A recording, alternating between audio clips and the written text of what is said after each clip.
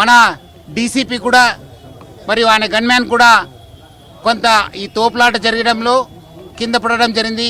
Wall కూడా కొంత అస్వస్థానికి గురి కావడం జరిగింది. వాల్ కూడా ఇమీడియట్గా మనము అక్కడ ఉన్న ప్రైవేట్ హాస్పిటల్కి మనము షిఫ్ట్ చేయడం జరిగింది.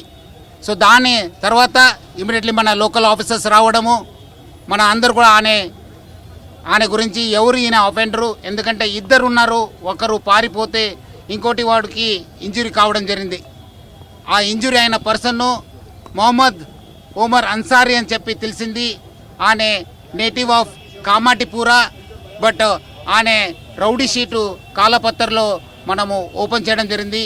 దాదాపు 20 ఆఫెన్సెస్లో ఆయన పైన కేసెస్ బుక్ కావడం జరిగింది. 2 సారి ఆయన పైన పీడీ కూడా మనము ప్రయోగించడం జరిగింది.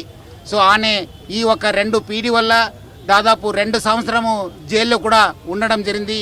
అంతకుముందు కూడా చాలా ఇలాంటి మన ప్రాపర్టీ ఆఫెన్సెస్లో, అది కాకుండా ఎక్స్టార్షన్, కొన్ని చోట్ల వెపన్స్తో కూడా ఈ నైఫ్ డ్యాగర్ కూడా దాని దగ్గర నుంచి కూడా దొరకడం జరిగింది.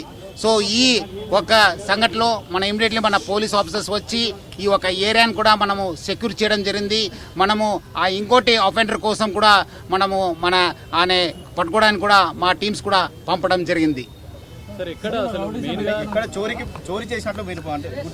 అంటే అదే ఇప్పుడు మన వాళ్ళు ఎంక్వైరీ చేజింగ్ చేసుకుంటూ వచ్చి ఇక్కడ ఆయనకు ఫైరింగ్ కావడం జరిగింది.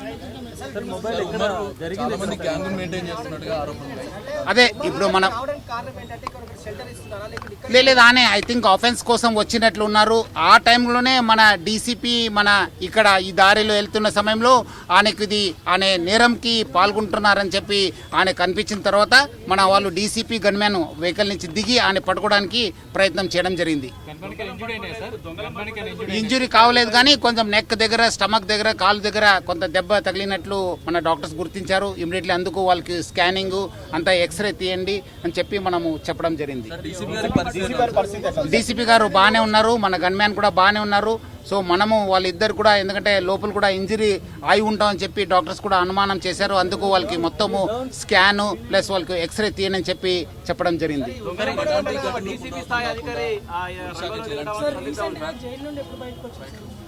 ఆయన రీసెంట్గా almost I think 4 years back ఏదో వచ్చినట్లుంది లాస్ట్ అఫెన్స్ అయిన తర్వాత. ఎందుకంటే పీడీ పైన చేయని ఈ మధ్యలో కూడా ఐ థింక్ అరెస్ట్ అయినట్లు ఉన్నారని.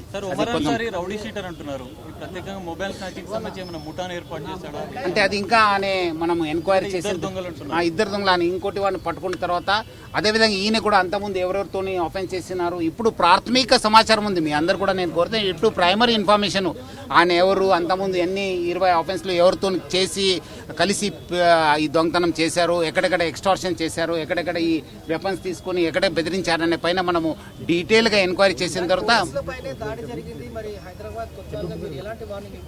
డెఫినెట్లీ మనము, ఎందుకంటే ఇప్పుడు ప్రజల సంక్షేమ కోసము ప్రజలు ఇప్పుడు వాళ్ళు ఒక ఆఫెన్సెస్కు గురి అవుతున్నప్పుడు డెఫినెట్లీ మా పైన కూడా ఆయన దాడి చేయడానికి ప్రయత్నం చేసినప్పుడు డెఫినెట్లీ మనము రిటైల్ చేయాల్సిన అవసరం వస్తుంది. ఆ పరిస్థితిలో డెఫినెట్లీ మన పోలీస్ కూడా ఫైరింగ్ చేయాల్సిన వస్తుంది. ఇప్పుడు ఎందుకంటే ఈ సంఘటనలో చూస్తే మన కానిస్టేబుల్ ఆల్మోస్ట్ ఇంజురీ అయ్యేవాడు, ఇప్పుడు ఇంజురీ అయ్యే పరిస్థితిలో మా డీసీపీ గారు ఫైర్ చేయాల్సి వచ్చింది.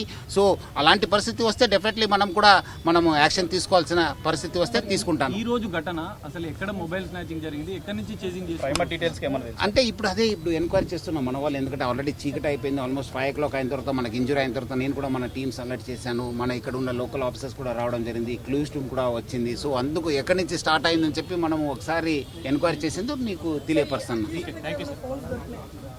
అది అక్యూజ్ దగ్గర దొరకలేదు, అది చూడాలి. ఎందుకంటే అది బాగా ఏరియాలో అక్కడి నుంచి ఇక్కడి నుంచి తిరుగుకుంటూ వచ్చారు కదా, డెఫినెట్లీ ఎక్కడో పడి ఉంటుంది. డెఫినెట్లీ మనము అది రికవర్ చేయడానికి ప్రయత్నం చేస్తాం.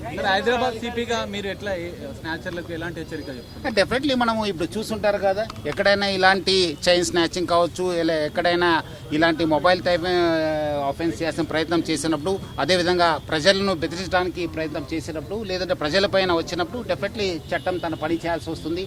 సో అదే ఇక్కడ జరిగింది. ఇప్పుడు మీరు చూస్తుంటే మా పైననే వచ్చారు వాళ్ళు, ఆ గన్మ్యాన్ ఆల్మోస్ట్ ఇంకా ఇంజూర్ అవుతున్నారన్న సందర్భంలో మా డీసీపీ ఫైర్ చేయాల్సి వచ్చింది. సో డెఫినెట్లీ మనము యాక్షన్ తీసుకుంటాను.